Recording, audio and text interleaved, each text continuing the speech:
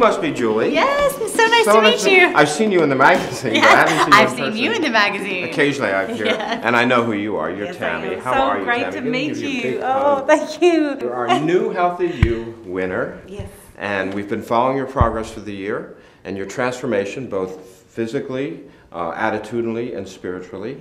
And the change has been incredibly inspiring to the readers of Guideposts and to the users of Guideposts.com.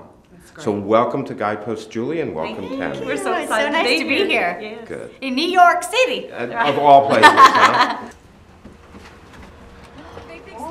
So I just want to welcome you to the roof of the Guidepost building here in Midtown Manhattan. We're on 34th Street, and this is our view looking west over this borough of Manhattan and the familiar landmark of the Empire State Building that towers above everyone in this neighborhood, including us.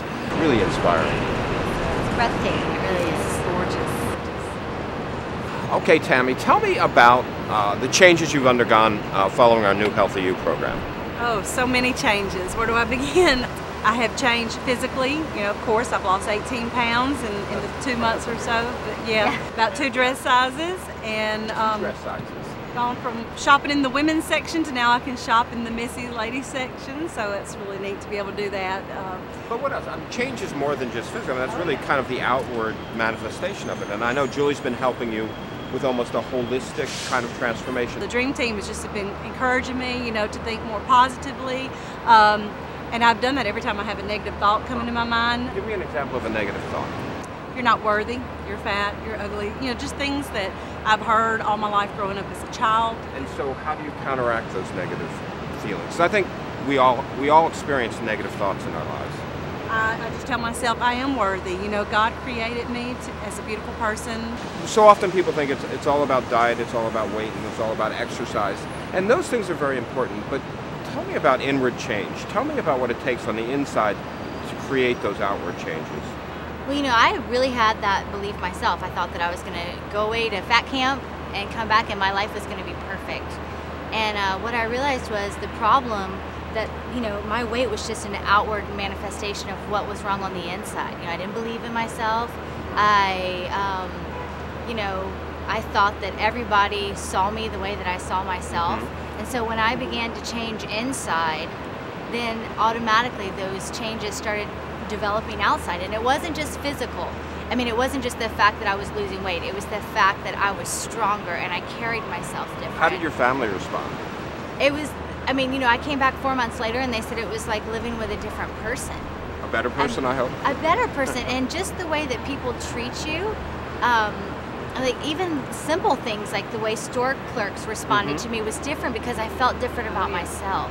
And also, I was so much kinder to people, you know, because I realized, we talked about this earlier, that when you're overweight and you're not pleased with yourself, you're bitter. And so you tend to treat other people in a bitter way. Right. But when you feel better about yourself, then, you know, you're so endearing to other people and you want to help them as well as yourself. What did you do? I mean, whenever we undergo these sorts of processes, there's always that moment when you want to quit. You want to just say, I can't do this, and I'm not going to go on, and I'll never be a different person, and nothing will ever change. And we all have those moments. So when you hit those moments, what do you do? Well, I just, you know, actually my mantra on the show was to finish what I started for once, because I had started and failed so many times. And ironically, what I realized was I'm never going to be finished with living a healthy life. It will continue. So whenever I hit a rough spot, I just realized this is a rough spot. It's not the rest of my life, you know, and tomorrow's a new day and it's a fresh day and I don't dwell on it. And you don't have to go back to the way you were.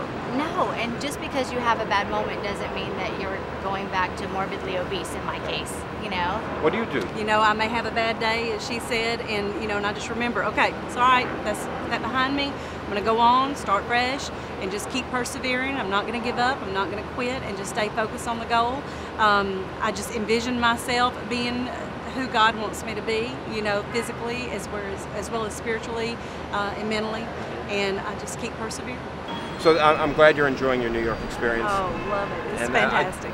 So I understand we're going to take you around to see some of the other sites in Manhattan today. Exciting. Okay, good. Yes, it is. I think you're going to go down to Marble Collegiate Church. Oh, wonderful. And you're going to see the famous statue of Dr. Peel and some other spots along the way. Oh, That's great. But it's wonderful seeing you. Thank I'm glad you so came here to much. visit So us. nice to meet you. Good luck on your journey. Thank you. Thank you. And Julie, It's an honor. wonderful to see you.